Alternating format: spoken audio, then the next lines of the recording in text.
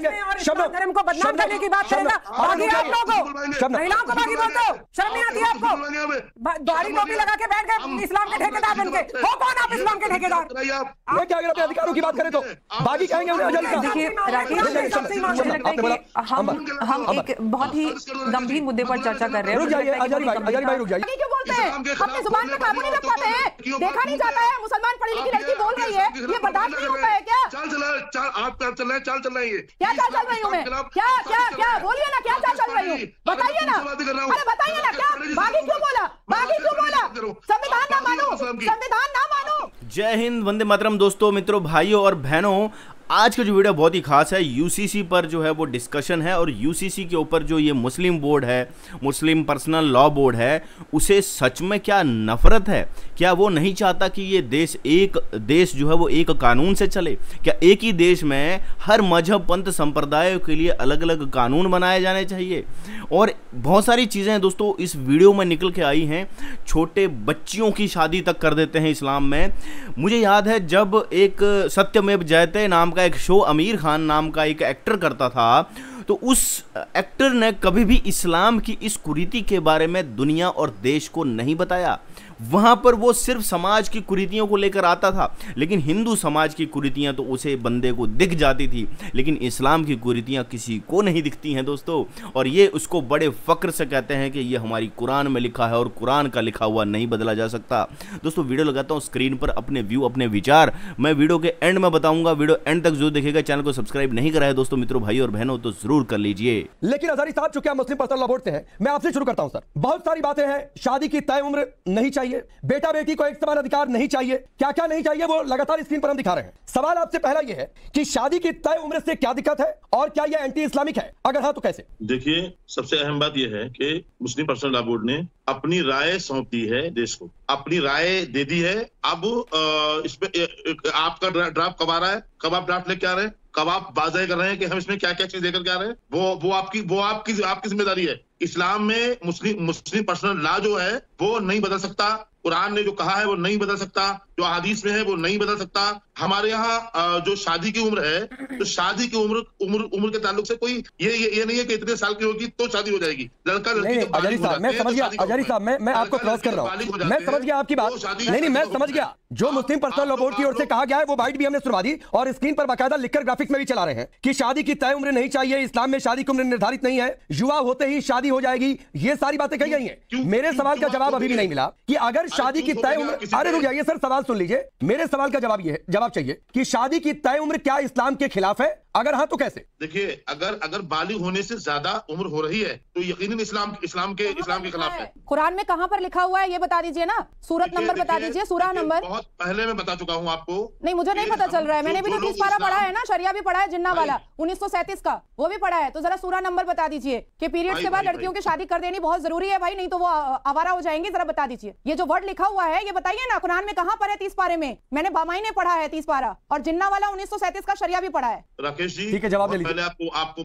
बता चुका हूँ मैं बहुत पहले, क्योंकि मैं नहीं, जो बात नाजिया ने, मैं आपको अजहरी साहब, जो नाजिया ने सवाल पूछा उसका जवाब दे दीजिए एक बार फिर से। जिस तरह से आप इन बागी चेहरों को बुला करके, बागी नहीं कहेंगे आप बागी नहीं कहेंगे तो फिर आप हिंदुस्तान से बागी है, फिर आप संविधान से बागी है, फिर आपको हिंदुस्तान पसंद नहीं है, आपको जिन्ना का शरिया लॉ पसंद है, आप संविधान से बागी हैं। आप हिंदुस्तान में रह करके आप संविधान नहीं मानेंगे, आप राष्ट्र की इज्जत नहीं करेंगे। आप मेरे को हर बार आप मुझे बागी क्यों बोलते हैं? अपनी जुबान पे काबू नहीं रख पाते हैं?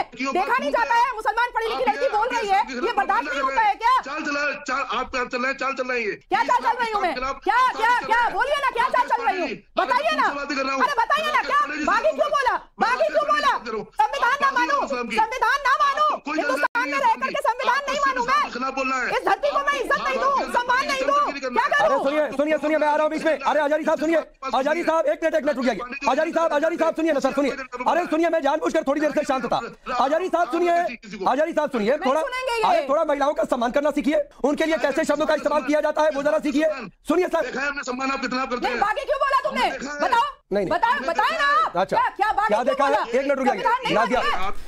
देखिए, अभी ये जो एंकर है राकेश पांडे, एक एंकर यानी कि एक नॉन मुस्लिम यानी कि इस्लाम के हिसाब से एक काफिर एक मौलाना को बता रहा है कि महिलाओं का सम्मान करना चाहिए, महिलाओं का सम्मान नहीं कर रहा है मौलाना। और मौलाना कौन है? जिसने कुरान पढ़ी है, जो हाफिज़े कुरान है, all India Muslim personal law board का हेड है।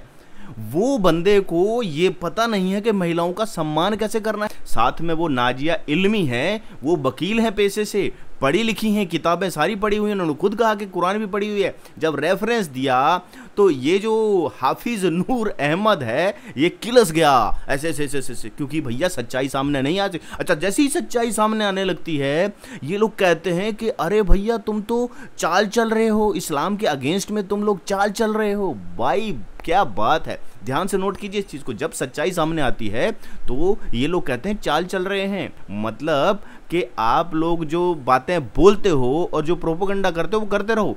लेकिन एक पढ़ी लिखी वकील अगर ऐसा कहती है तो भैया इनको पता नहीं क्यों मिर्ची लग जाती है। हद है भाई साहब। नाजिया रुक जाइए, नाजिया रुक जाइए। क्या देखा है भाई, क्या देखा है? अरे हमने देखा है कितना सम्मान आप करते हैं लड़कियों का।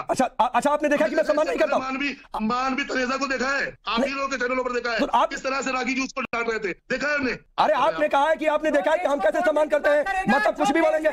धर्म को बदनाम करने की बात करेगा, बाकी आप लोगों महिलाओं को बाकी बोलते हो, शर्म नहीं आती आपको? दाढ़ी टोपी लगा के बैठ गए इस्लाम के ठेकेदार बन के, हो कौन आप इस्लाम के ठेकेदार? मैंने आपने किसी महिलाओं को लेकर बोला है। रुकिए अंबर जी, मुस्लिम महिलाएं जो मौलानाओं के खिलाफ बोले वो बागी है क्या? बागी है क्या? अगर अपने अधिकारों की बात करें तो बागी कहेंगे उन्हें? देखिए हम एक बहुत ही गंभीर मुद्दे पर चर्चा कर रहे हैं। रुक जाइए भाई, रुक जाइए। साथ हमें इस पर चर्चा करने की जरूरत है। यूनिफॉर्म सिविल कोड की जब बात आती है तो ये कोई धार्मिक मामला नहीं है और ना ही एक धार्मिक मुद्दा है। ये मुद्दा जुड़ा है जेंडर जस्टिस से, महिलाओं को इंसाफ से। हम भारत की बात करते हैं, भारत के संवैधानिक अधिकारों की बात की जाती है और जितने भी लोग आज लॉ कमीशन के पास अपनी राय लेकर पहुंचे हैं और ये कहते हैं और ये जिद दिखाते हैं कि अगर इस तरह का कोई कानून लागू किया गया, कोई बदलाव किया गया तो हम उसको नहीं मानेंगे। ये अधिकार उनको संविधान ने दिया है और वही अधिकार जो आर्टिकल 14 उनको ये अधिकार देता है कि वो अपने अधिकारों के बराबरी के अधिकार पाते हैं। तो वो अधिकार मुझे भी मिले हैं कॉन्स्टिट्यूशन से, लेकिन आज तक असल माने में भारत की मुस्लिम महिलाओं को समान अधिकार नहीं मिले हैं। क्यों? अगर आप शरीयत एक्ट की बात करते हैं तो 1937 से पहले कौन सा शरीयत एक्ट और कौन से शरीयत कानून माने जाते थे? उससे पहले तो सब एक ही जैसे कानून फॉलो करते थे। और जब बात आती है, एक सवाल मेरा मौलाना साहब से कि जरा आप ये बता दें कि आखिर शरीयत क्या है? शरीयत क्या ऐसी चीज है जिसमें बदलाव नहीं किया जा सकता? शरीयत वो कानून है जो कुरान और हदीस की रोशनी में इंसान की जरूरत के हिसाब से, समय के हिसाब से कानून बनाया जाता है ताकि लोगों में, महिला पुरुष में इंसाफ किया जा सके। अगर समाज में कहीं पे भी इंसाफ हो रहा है या हम समाज की तरक्की की बात करते हैं तो सबसे पहले शुरुआत होती है सामाजिक न्याय से। आज हम चांद पर हमारा देश पहुंचा है लेकिन मुस्लिम महिलाओं को समान अधिकार नहीं मिले। ये देखिए विडंबना इस देश की। और जब महिलाएं अपने अधिकार की बात करती है तो आप उनको कहते हैं कि आप बागी हैं, आप अपने अधिकारों की बात नहीं करते। आपको किसने अधिकार दिया कि आप लॉ कमीशन के पास पहुंचेंगे राय लेकर और ये कहेंगे कि हम नहीं मानेंगे? भाई आपका लेना देना नहीं है। नहीं, बिल्कुल बात है। और मांग तो दोस्तों, 3 पढ़ी लिखी मुस्लिम लड़कियों ने मौलानाओं की बोलती बंद कर दी यूसीसी के ऊपर, डिस्कशन के ऊपर। और ये जो मौलाना है भड़क क्यों जाते हैं जब सच्चाई सामने आने लगती है? ये कहते हैं कि जी यूसीसी हमें नहीं चाहिए, लेकिन इस्लाम के हिसाब से सारी चीज़ें चलेंगी, शरीयत के हिसाब से चलेंगी। और मैं आपको बताऊं, जितने भी सेकुलर हिंदू देख रहे हैं कि ये जो मुल्ला मौलाना हैं ये संविधान का इस्तेमाल करते हैं सिर्फ जो 295A है, जिसमें ये लिखा है कि हर किसी को अपनी मजहबी आज़ादी है। और उस मजहबी आज़ादी को ये संविधान के ऊपर ले जाते हैं कि भैया संविधान ने हमें कहा है कि मजहबी आज़ादी है, तो हम चाहें तो उस मजहबी आज़ादी के बीच में हम संविधान को भी नहीं मानेंगे। ठीक है, क्योंकि हम तो मानेंगे तो भैया मैं तो शरिया से चलूँगा। एक मौलाना का आया तो था इंटरव्यू जिसमें वो कहता मैं तो भैया शरिया के हिसाब से चलूँगा। तो भाई शरिया में तो ये भी लिखा है चोरी करते हाथ काट दो, तो फिर तुम्हारे जब चोरी करते हैं कोई तो तुम्हारे तो हाथ काट देने चाहिए। ठीक है, महिलाओं को अधिकारों की बात करते हैं, कुरान में लिखा है महिलाएं आधे दिमाग की होती हैं। 2 महिलाओं की जो गवाही है वो 1 पुरुष के बराबर है, ऐसा तो तुम्हारी कुरान में लिखा हुआ है। धरती फ्लैट है, ये कहते चेंज नहीं हो सकती, हमारी जो कुरान में लिखी चीज़ चेंज नहीं हो सकती। धरती फ्लैट लिखा है तो मतलब धरती फ्लैट है, चाहे साइंटिस्टों ने खोज लिया है सब कुछ। आज हम चंद्रयान लेकर चांद पे भी पहुंच गए हैं, मंगलयान, सब कुछ मिशन हो रहे हैं। हमारा आदित्य L1 मिशन हो रहा है, जिसमें देखिए जब भी ये मिशंस होते हैं तो धरती गोल है, उसके चक्कर लगाकर ही वो वहाँ से आगे जाते हैं। सारे जितने भी हमारे रॉकेट्स हैं, जितने भी हमारे यान हैं, चंद्रयान है या कोई भी हम स्पेस में भेज रहे हैं, तो यहाँ से तो गोल है, उसी कंसेप्ट के ऊपर साइंस चलती है। लेकिन ये कहते हैं नहीं वो छोड़ो, साइंस वाइंस हम नहीं मानते, हम तो मानते हैं कि कुरान में लिखा है धरती फ्लैट है तो फ्लैट है। 2 महिलाओं की गवाही 1 पुरुष के बराबर है, कुरान में लिखा है, मतलब वो है। महिलाएं आधे दिमाग की होती हैं, ये कुरान में लिखा है, मतलब वो हैं, इसलिए तुम मानते नहीं है ना बात। अब जब कोई पढ़ जाती है तो कहते हैं तुम बागी हो गई हो। अब आपने खुद ही देखा कि पढ़ी लिखी जो वकील हैं उनको कह रहा है कि तुम बागी हो गई हो, जो कह रही है कि भैया कुरान में लिखा ही नहीं है चीज़, तुम क्यों फॉलो कर रहे हो। तो मतलब इनको माननी वही चीज़ है जो इनके माइंड में इनको पीढ़ी दर पीढ़ी। अब सऊदी अरेबिया की बात करते हैं, वहाँ MBS जो है वो वहाँ पर डेवलपमेंट कर रहा है, मंदिर बना रहा है, वहाँ पर जो ग्रोथ के जितने भी प्लान हैं वो लेकर आ रहा है ताकि वहाँ टूरिज़्म बढ़े।